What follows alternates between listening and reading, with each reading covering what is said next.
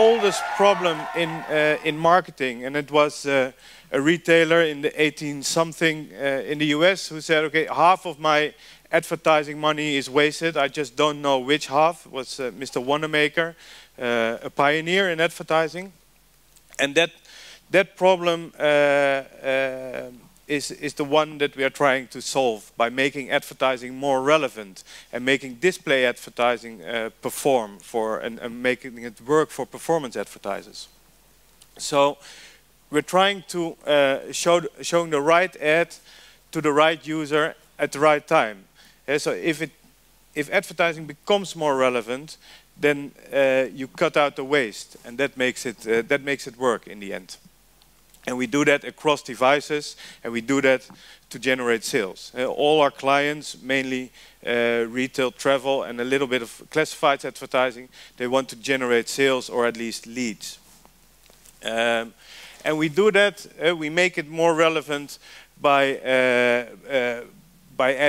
offering technology and using data.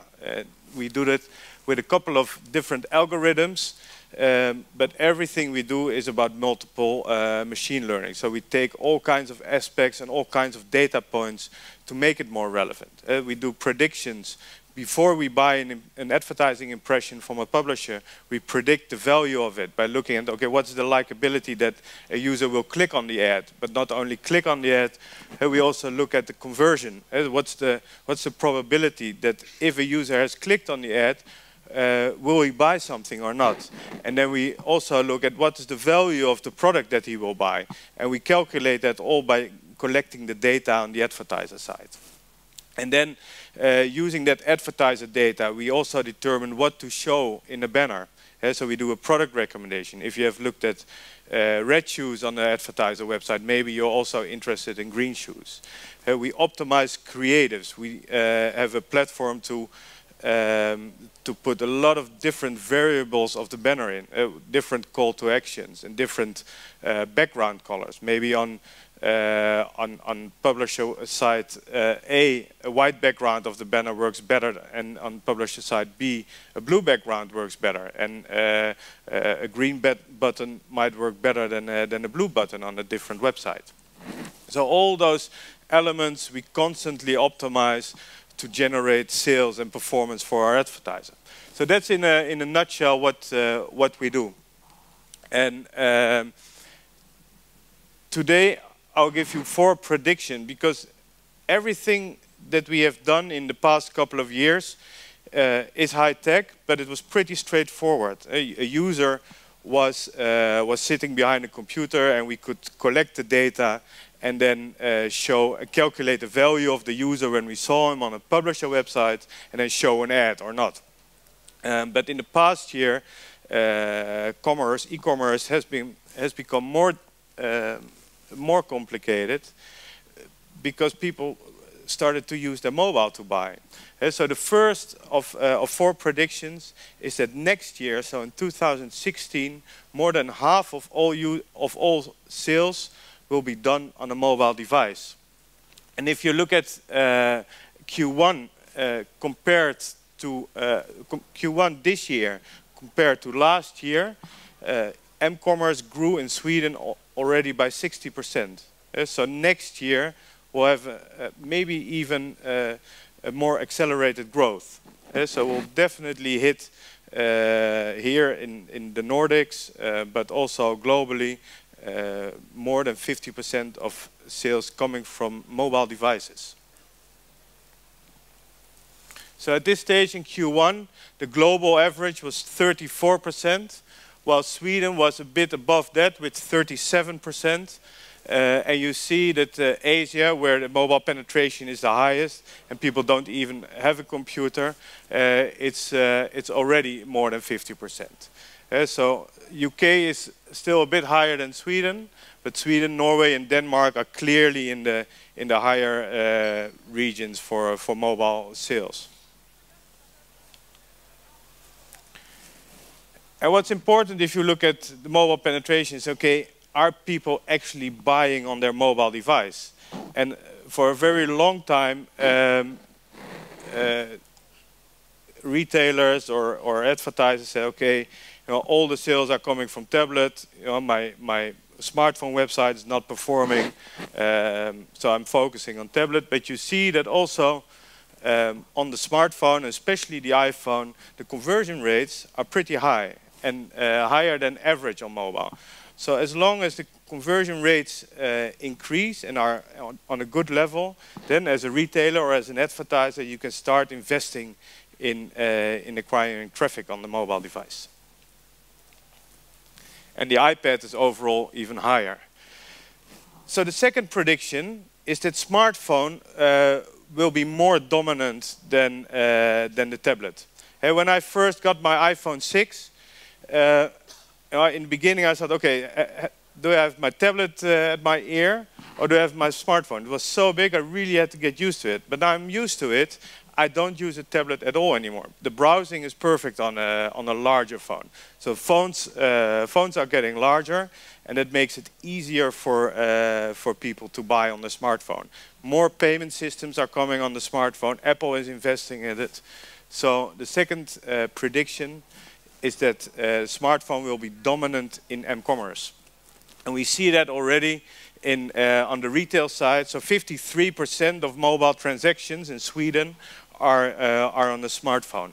In travel, it's still a bit lower than the tablet is still higher than the smartphone, and that's driven by the fact that a holiday is something that you book together. The last time I booked a holiday for my family on my own, I had a big issue and I booked the wrong thing and I had to cancel it. So it's typical a holiday when you book it, you are either on the couch or at least you're discussing with your wife or your husband. So okay, is this the product that I want to book? But on the retail side, some products where you take your own decision and take it alone, then it's much easier to book it on your phone or to buy it on your phone.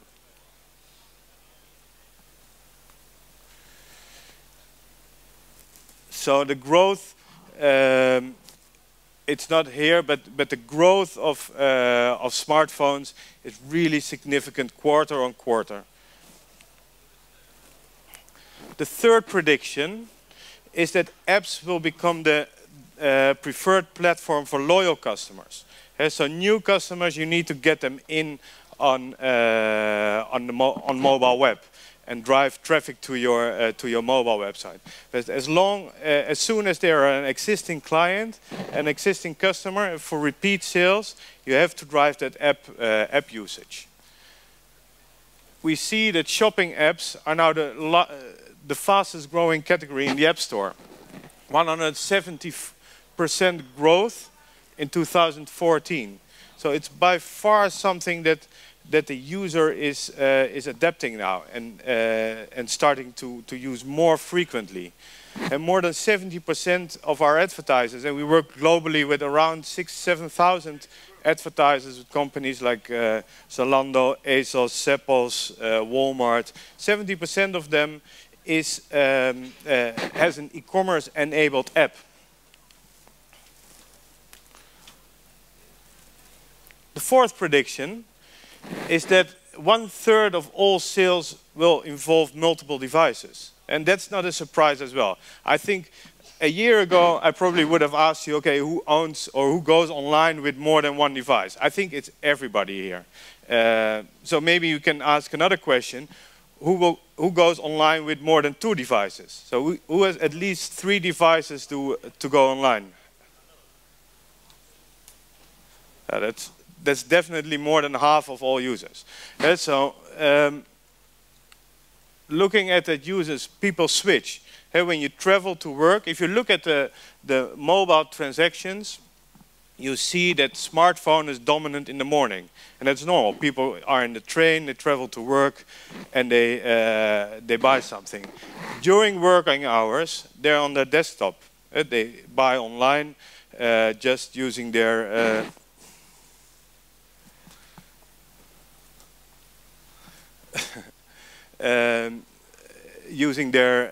computers, and in the evening they're at home on the couch, maybe using their tablets. So, my 4 predictions: 50%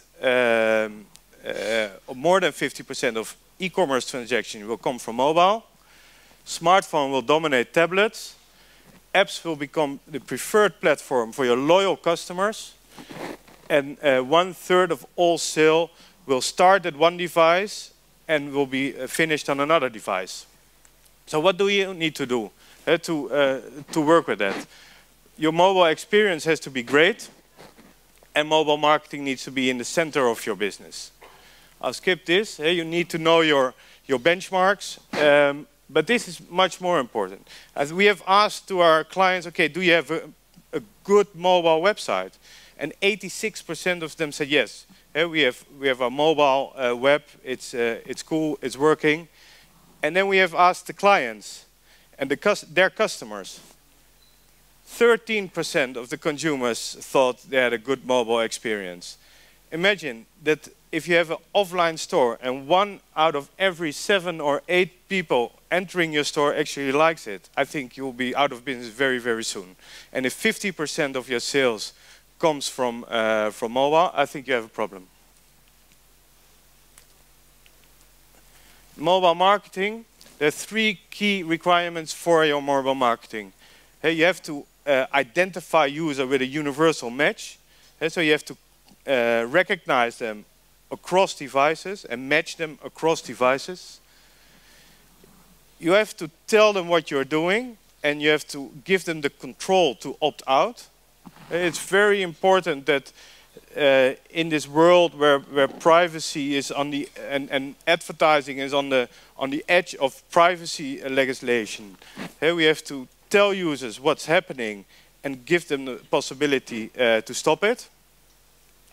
And you have to be active in all 4 ecosystems. So you have Apple, you have Android, you have mobile web, and you have app. And you need to be visible everywhere and active everywhere.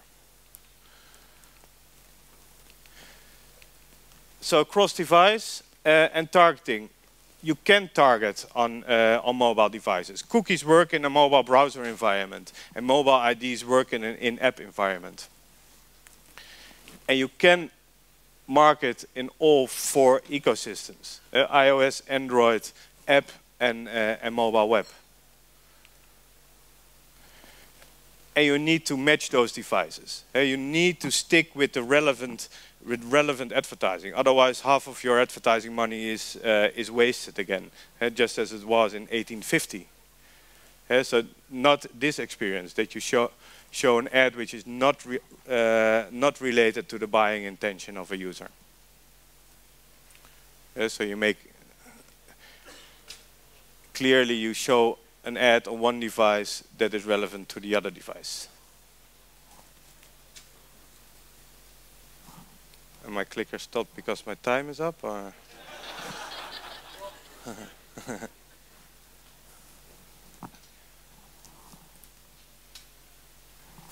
There it goes.